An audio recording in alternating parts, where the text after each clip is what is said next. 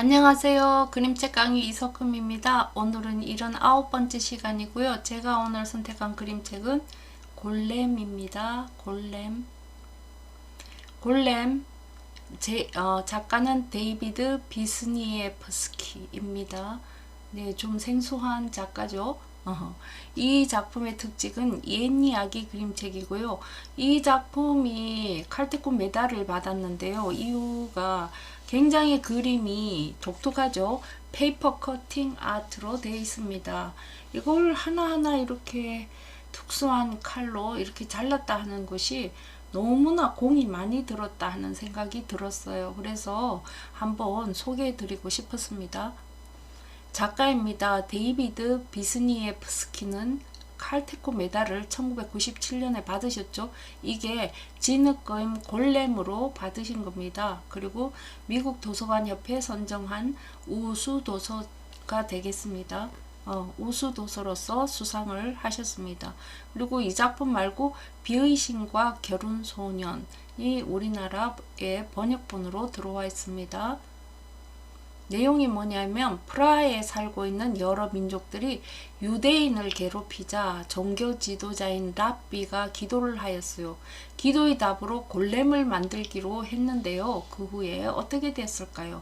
자, 여기에서 우리가 알고 가야 되는 게 있는데요. 골렘이라 하는 게 뭐냐는 거예요. 골렘. 이 제목에도 지금 골렘이라고 나와 있잖아요. 이 골렘은 모양 없는 덩어리라는 히브리어라고 해요. 근데 이 골렘이 인간이 처음에 만들어졌을 때는 영혼이 없고 몸만 있는 상태이다. 그런 몸만 있는 상태를 갖다가 골렘이라고 한다고 합니다. 네.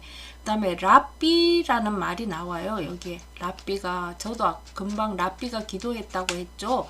이거는 랍비는 유대교의 율법학자를 랍비라고 말을 한다고 합니다. 네, 그러면 함께 보실까요? 발문, 친구들 생각에 골렘은 무엇으로 만들어졌을까요? 네, 진흙으로 만든다고 합니다. 진흙을 가지고 인간을 만들었다고, 골렘을 만들었다고. 그 다음에 친구들 생각에 그림은 어떻게 이 그림요. 어떻게 만들어졌을까요? 너무 신기하거든요. 근데 이거는 페이퍼 커팅, 네. 특수한 칼 가지고 이렇게 잘라서 만들어 놨는 것입니다. 너무 이 페이퍼 커팅으로서는 이 작품이 칼특고 받을 만한 작품이에요. 그리고 물론 다른 페이퍼 커팅해서 나온 작품들도 있어요. 굉장히 비싼 작품들, 비싼 그림책도 있어요. 근데 여기에서는 이 작품들이 그만한 가치가 있다, 수상할 만한 가치가 있다는 것을 보여줍니다.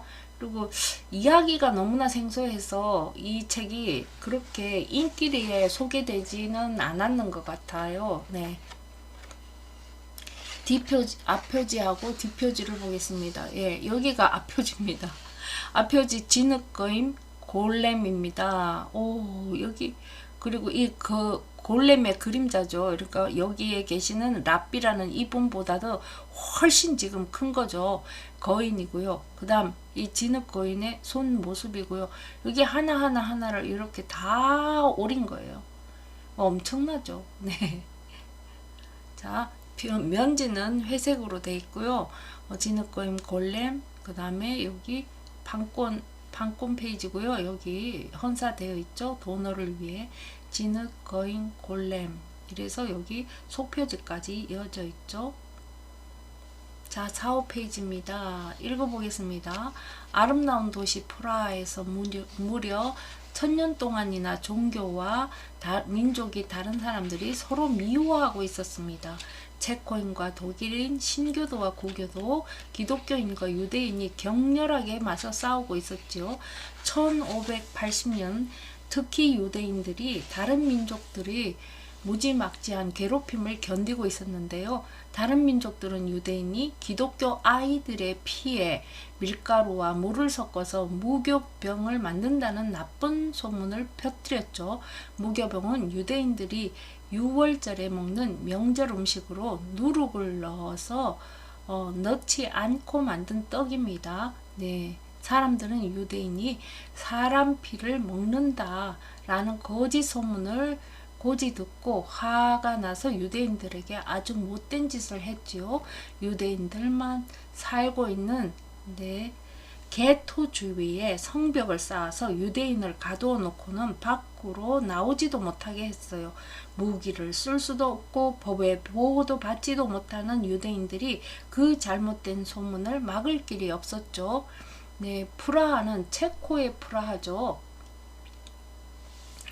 네, 프라하의 우두머리 랍빈 유다 로예프 벤 베잘렐은 앞으로 큰 싸움이 일어날 것을 알아차렸어요. 그래서 랍비는 서재로 들어가 유대 민족을 구하기 위해 금식 기도를 시작했어요.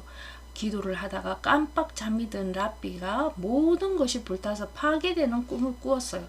그런데 모든 것이 불타 없어진 것처럼 보이는 순간에 한 줄기 빛이 나타나 연기와 잿더미 위에 낱말을 하나 새겼어요. 골렘 이라는 낱말이 붉게 불타고 있었지요. 로에프 랍비는 흠칫 놀라 잠에서 깨어났습니다. 골렘은 진흙으로 빚은 다음 카발라로 생명을 불어넣은 거인이었어요. 아까 그냥 진흙덩어리에다가 생명 없는 진흙덩어리라고 했죠. 그런데 거기다가 이제 생명을 불어넣어야 이제 살아있는 생명체가 되는 거죠. 네, 그러면 여기서 차디크는 뭐냐는 거예요. 차디크는 가장 고결하고 정의로운 종교 지도자를 차디크라고 합니다. 네, 그리고 이분은 골렘을 창조할 수 있는 분이라고 합니다. 네. 이것이 내게 주신 하늘의 대답이란 말인가? 로에프 랍비는 책상에서 일어나 밤의 어둠 속을 내다보았어요. 술에 취한 사람들이 유대인을 위협하고 욕하는 소리가 게토의 성벽 너머로 돌멩이처럼 날아오르고 있었어요. 랍비는 골렘을 만드는 것이 틀림없는 하늘의 답변이라고 판단하고 있었죠. 자, 아침이 되자 로에프 랍비는 사위인 이차크 코헨과 수제자인 야코브 사순을 불렀습니다. 그러고는 간밤에 꾼 꿈 이야기를 하고 도움을 청했어요. 여호와께서 말씀으로 우리를 창조하셨듯이 우리도 골렘을 창조해야 한다. 자, 기도로 마음을 깨끗이 하자꾸나. 오늘 밤에는 하느님의 거룩한 이름을 사용해야 하니까. 어둠이 깔리자 세 남자는 성벽에 뚫린 비밀 통로를 통해 게토를 빠져나갔습니다. 그러고는 유대인이 다녀서는 안 되는 프라하 거리를 서둘러 걸어갔지요. 타바강의 진흙 강등에 이르자 이차크와 야코프는 땅을 파기 시작했습니다. 이 불타바강은 체코에서 가장 긴 강이라고 합니다. 네. 자정 무렵에는 커다란 진흙더미가 랍비 앞에 쌓였습니다. 랍비는 낮은 소리로 기도를 드리면서 두 손을 진흙덩어리 속에 놓아 모양을 빚기 시작했어요. 몇 시간 후 랍비는 일어나서 뒤로 물러섰어요. 엉성하게 만들어진 진흙 거인이 강둑 위에 누워 있었습니다. 자, 무슨 그림인가요? 네. 로에프 랍비는 두 팔을 들어 올리고 카발라의 강력한 주문을 외기 시작했습니다. 그의 입에서 나온 말은 하늘 높이 올라가 생명의 힘을 만들었어요. 번개가 쇠를 때리고 순식간에 땅속으로 들어가듯 눈부시게 빛나는 무한한 창조의 힘이 랍비를 통해 거친 진흙 속으로 들어갔지요. 랍비는 비틀거리면서도 두 팔을 더욱 높이 쳐들고 하느님의 거룩한 이름을 불렀습니다. 바람이 세차게 불고 비가 억수같이 쏟아졌어요. 진흙덩어리에서 수증기 기둥이 몸부림치듯 새어나왔지요. 이차크와 야코프는 겁에 질려 서로 끌어안았어요. 자, 비바람이 그치자 세 남자는 씩씩거리고 있는 진흙덩어리 쪽으로 다가갔어요. 거기에는 완벽하게 빚어진 거인이 수증기에 쌓인 채 누워 있었어요. 이 하얀 게 지금 수증기예요. 네. 랍비는 무릎을 꿇고 거인의 이마에다 에메트라는 글자를 새겼습니다. 에메트는 진리라는 뜻이에요. 그러자 거인의 가슴이 당장 풀무처럼 부풀어 올랐고 입술에서는 한숨이 새어나왔어요. 골렘아 깨어나라. 라삐가 명령했습니다. 거인이 눈을 떴습니다. 깜빡임도 없는 흐리멍덩한 눈이었어요. 자, 그가 우렁차게 울려 퍼지는 목소리로 물었어요. 아버지, 이게 과연 잘한 일일까요? 이제 곧 알게 될 것이다. 자, 일어나라. 이 망토를 걸치고 우리를 따라오너라. 로에프 라삐가 말했습니다. 동트기 전에 어둠을 뚫고 네 사람은 개토로 돌아갔습니다. 로에프 라삐는 골렘을 서재 위 다락방으로 데려갔습니다.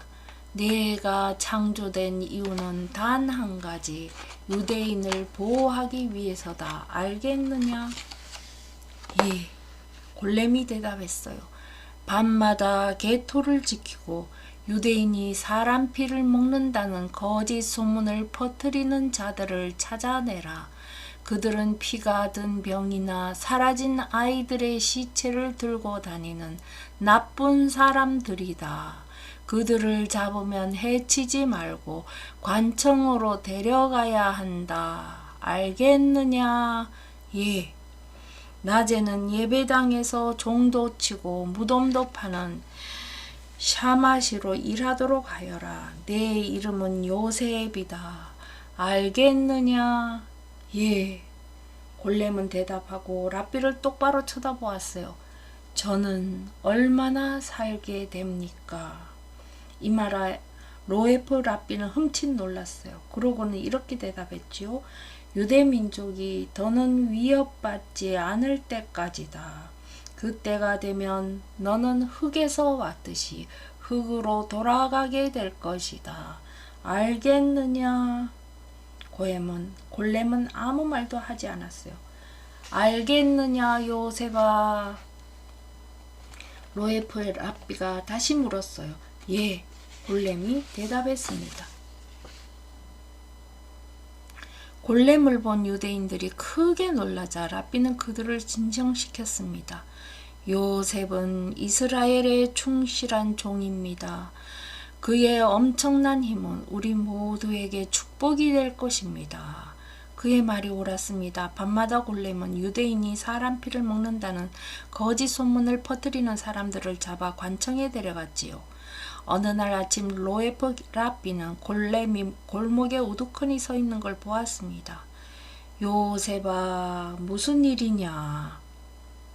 해가 뜨고 있어요. 하늘이 검은색에서 파란색으로 바뀌고 있어요. 아버지, 정말 아름답습니다. 로에프 라삐는 한숨을 내쉬었어요. 골렘은 얼마나 단순한가. 장미향이나 날아가는 비둘기처럼 아주 작은 것에도 골렘은 놀라고 감탄했어요. 요셉아, 어서 일을 끝내라. 해가 뜨는 것은 그 다음에 보도록 하여라. 골렘이 붙잡은 사람들로 감옥이 가득 채워졌습니다. 그러자 생각이 깊은 몇몇 사람들은 유대인이 사람 피를 먹는다는 소문이 유대인을 괴롭히기 위해 지어낸 거짓말이라는 것을 깨닫기 시작했습니다. 하지만 유대인을 미워하는 사람들은 오히려 크게 화가 났지요. 그래서 폭동을 일으키려고 사람들을 모아서 게토로 몰려왔습니다.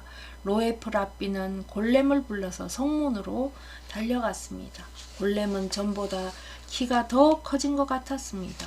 그의 이마에 새겨진 에메트라는 표시가 라삐 눈에 잘 보이지 않을 정도였지요. 화가 난 사람들은 욕설과 저주를 퍼부으며 성문을 공격했습니다. 크고 무거운 문은 흔들거렸지만 잘 버텨냈습니다. 골렘이 문 앞에 버티고 섰습니다. 수가 훨씬 적고 무기도 적은 유대인들은 조용히 기다렸지요. 그때 성문 밖에서 유대인을 비웃고 놀리는 소리가 터져나왔습니다. 성문을 부수는 무기가 도착한 것입니다. 무기가 성문을 때릴 때마다 문짝이 쪼개지면서 나무 조각들이 튀었습니다. 경칩에서는 울부짖는 소리가 요란하게 났습니다. 하지만 골렘은 여전히 움직이지 않고 서 있었습니다. 그의 몸은 점점 더 커지고 있었습니다. 이윽고 성문이 와지근 소리를 내며 부서져 내렸습니다. 사람들이 개토 안으로 물밀듯이 쏟아져 들어왔습니다. 앞장서서 쳐들어온 자들은 앞을 막아선 골렘을 보고 놀라서 비명을 질렀습니다. 골렘은 손등으로 쳐서 그들을 쓸어냈습니다. 하지만 사람들은 뒷사람에게 떠밀려 개토 안으로 계속해서 밀려 들어왔습니다. 골렘은 무기를 움켜잡고 두 토막으로 부러뜨린 다음에 폭동을 일으킨 사람들을 향해 마구 휘둘렀습니다. 로에프 랍비는 눈을 가렸습니다. 이 광경은 너무나 잔인했지요. 쳐들어온 사람들은 겁을 먹고 죽은 사람과 다친 사람들을 내버려준 채 달아났습니다. 골렘이 부러진 무기를 그들에게 던졌습니다. 그리고는 부서진 성문을 집어들어 망가진 경칩에 도로 매달았습니다. 그리고 다시 개토 안으로 터벅터벅 걸어 들어왔습니다. 이튿날 로에프 라피는 프라하 성으로 불려갔습니다. 이제 어떡할 작정이요? 황제가 물었습니다. 그 거인을 이용해서 이 도시를 차지하고 우리 모두를 노예로 만들 생각이요. 저희는 노예 신세에서 벗어난 것을 축하하는 민족입니다. 그런 우리가 다른 민족을 노예로 삼고 싶어 하겠습니까? 그렇지 않습니다. 골렘은 유대인을 보호하기 위해 창조되었습니다. 다른 목적은 전혀 없습니다. 그 괴물은 언제까지 살 수 있어? 유대인이 더는 위협받지 않을 때까지 살 것입니다. 황제가 명령했습니다. 좋소. 당신네 민족의 안전은 내가 보장하겠소. 그러니 골렘을 죽이시오. 랍비가 단호하게 말했습니다. 알겠습니다. 하지만 유대인이 다시 위협을 받게 되면 골렘은 더욱 강해져 돌아올 것입니다.